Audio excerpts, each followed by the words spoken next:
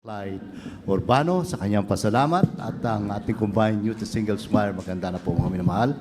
At ang ating beloved sister Aurea Joyce Riros, maganda rin po mga minamahal.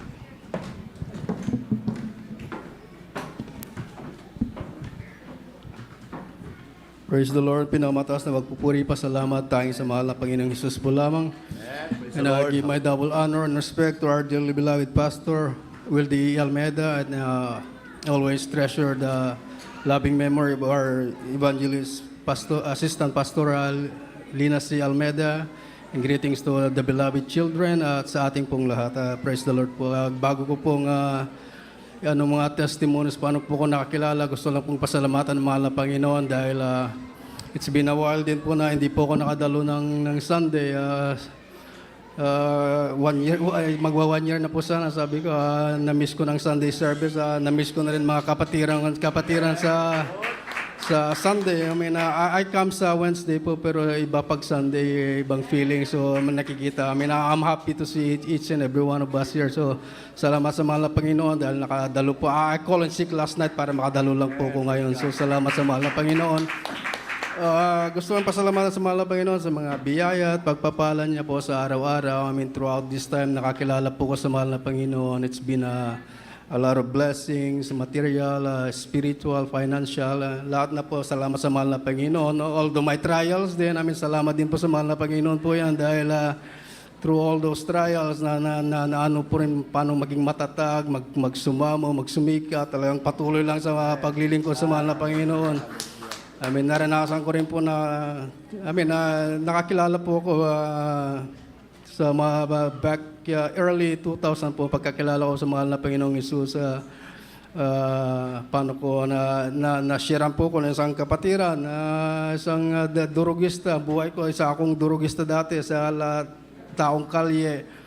So nabuhay po ko sa mga, alam mo yung mga vices, mga alcohol, drugs, lahat po mga gang, nasamahan ko po lahat mga yan. So, salamat sa mahal na Panginoon dahil sa buhay na yan, inalis po ko ng mahal na Panginoon. Inilagay niyo po kami na pinakilala niya ang bago po ako lumala po doon na talagang nagpakilala pong mahal na Panginoon. So, salamat sa mahal na Panginoon.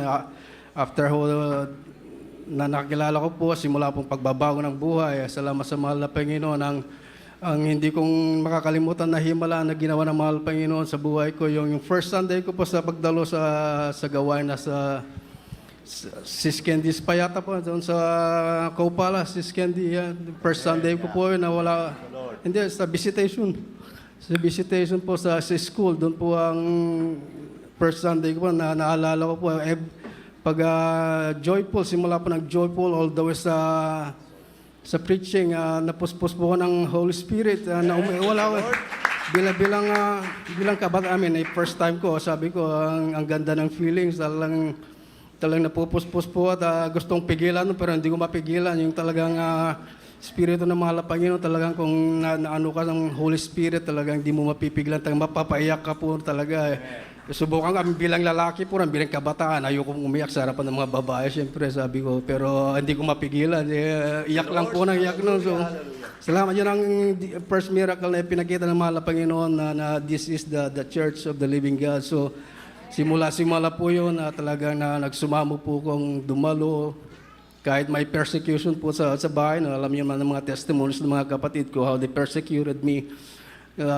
My first 2 years sa paglilingkod, talagang sila rin po ang persecution ko nung araw. Talaga, lalo na yung tatay ko, ang mga uncle ko, mga relative, lahat po yata galit sa akin nung nakaputi po ako, naka-Bible, sabi, balino yata yung kapatid nyo. Pero salamat sa mahal na Panginoon dahil sa,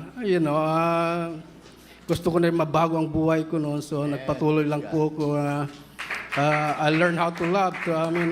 Love people, mag-unawahan na lang dahil during that time din po, nakakasama ko na rin po yung mga ordained preacher na sinasamahan po ko sila mga every, yung magpupuri sila from 9 to 5. Sabi ko, diretso, straight pagpupuri. Sabi ko, instead, yun panggahan na ano ko sa gawain na to. So, instead na dun sa labas na iba naman nag-iinuman, sabi ko, sabayan ko na lang yung mga ordained preacher na magpuri. So, So, yun po ang nahalata ko kami na sa gawain na to. I mean, it's a great sacrifice din po sa mga ordained preacher natin dito na Hallelujah. Hallelujah, hallelujah. Praise the Lord. Praise the Lord, hallelujah. pasensya na po. Pinaalala lang po ng mahal na Panginoon. Hallelujah. Thank you, Jesus. Praise the Lord. Amen. Siguro it's time na magbago na rin po. Dahil minsan naisip ko rin po na minsan ay mga kainang bunga ko po, nauna po sila sa ano pa, nag-choir na po, nagpapagamit na po, pero sabi ko sa mahal na Panginoon namin, yung kalooban niyo po amin, kayo na lang po bahala. So,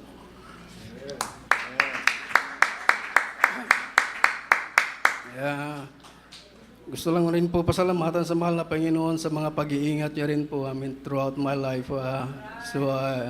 Sa pagtatrabaho po, sa pagbiyabiyahe ko po sa San Mateo, na aksidente na na-avoid ko po. Salamat sa mahal na Panginoon. And lalo-lalo na po dito sa Benicia, dito sa dispensary po nung na-hold up sila dyan.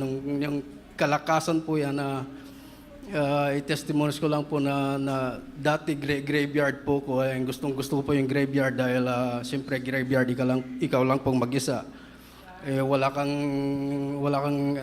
talagang magawa mo lahat ng gusto mo, pero hindi ka looban po na mahal na Panginoon na mag-stay po ng graveyard. One month ahead bago po mangyari lahat ng mga break-ins sa mga buildings, sa mga dispensary. Inalis po ko ng mahal na Panginoon sa graveyard na yan. I mean, hindi ko man po nakita yung in the future, pero mahal na Panginoon po He knows everything. So, salamat sa mahal na Panginoon dahil inalis po ko bago po nangyari po yan. Talagang 12 people na fully armed po sila. Pumasok po sila sa yung graveyard doon, wala na rin magawa noon. So, 3 beses po narab yun, pero like I said, wala talagang inalis po ko ng mahal na Panginoon doon. Otherwise, kung ako po nandun naka-duty yun, hindi ko rin po masasabi kung maybe tatakbo rin po ko or something, o lalaban, I don't know. So, mas maganda na lang po talagang ginawa ng paraan ng mahal na Panginoon, talagang inalis po ko sa graveyard shift. So, salamat sa mahal na Panginoon po yun. Yung video pala po. Praise the Lord. So, salamat na mahal na Panginoon po yan. Yan po, hindi lang yan ang first time. Mga 3 beses pa inulit ko yan. Pero like I said, wala na po ko. So, salamat sa mahal na Panginoon sa pag-iingat na yan. Pinapasalamatan ko rin po ang mahal na Panginoon sa kalusugan, kalakasan ng mga beloved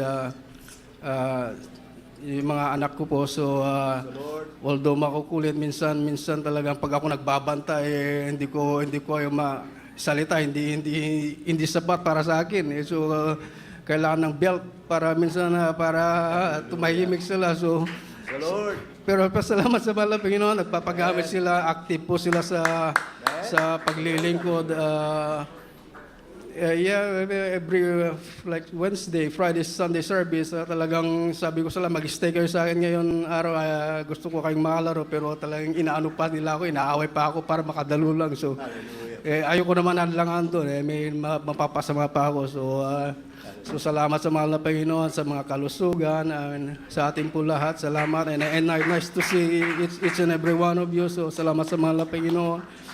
Salamat sa pagbabago, pagmamahal na nadarama ko sa araw-araw sa mahal na Panginoon. Although marami po akong pagkukulang, pagkakamali, shortcomings ko sa mahal na Panginoon. Pero salamat sa mahal na Panginoon dahil nandito po na nagpapatuloy sa paglilingkod. Salamat sa mahal na Panginoon. Sa lahat po ng kapurihan, pasalamat tayo sa mahal na Panginoon. Jesus po lang. Amen. Praise the Lord. Hallelujah. God bless you po sa ating beloved Clyde Urbano. Sa totoo po talaga siya binago ng ating mahal na Panginoon.